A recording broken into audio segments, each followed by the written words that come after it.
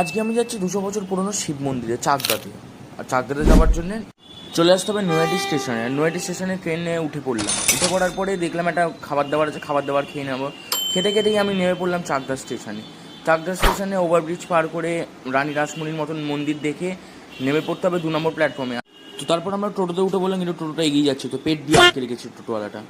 তারপর আমরা ফাইনালি অনেক স্ট্রাগলের পরে আমরা পৌঁছে গেলাম সেই পুরনো মন্দিরে, 200 বছর পুরনো। আর এটা হচ্ছে সেই নতুন মন্দিরটা, এরপরে পুরনো মন্দিরটা তো আছেই। তারপর আমি একটু ঘুরে ঘুরে দেখলাম জায়গাটা, কত বড় জায়গা, হেঁটে শেষ করতে পারছিলাম না। আমার তো বুকের হার্টবিট বেড়ে গেছিলো হাঁটতে হাঁটতে, কিন্তু তাও জায়গা শেষ হচ্ছিল না, এত বড় জায়গা ছিল। তারপর তাও আমরা কষ্ট করে ঘুরে ঘুরে দেখলাম যে কোথায় কী কী আছে।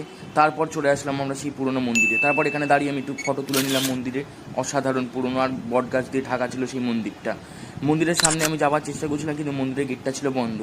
তার জন্য আমরা মন্দিরের ভেতরে ঢুকতে পারলাম। কিন্তু এই হচ্ছে সেই মন্দিরের ভিউটা, দেখেই মনে হচ্ছিল প্রচুর পুরনো মন্দির এটা। এখনকার মন্দির হতেই পারে না, কেন বট গাছে পুরো খেয়ে নিয়েছিল মন্দিরটাকে, পুরো ঢেকে নিয়েছিল। তারপর আমরা চলে গেলাম টেবিলে খেতে বসতে, কিন্তু যেহেতু বাড়িও যেতে হবে আমাদের। দেখা হচ্ছে আরও মিনি ব্লগ নিয়ে, ততক্ষণের জন্য টাটা।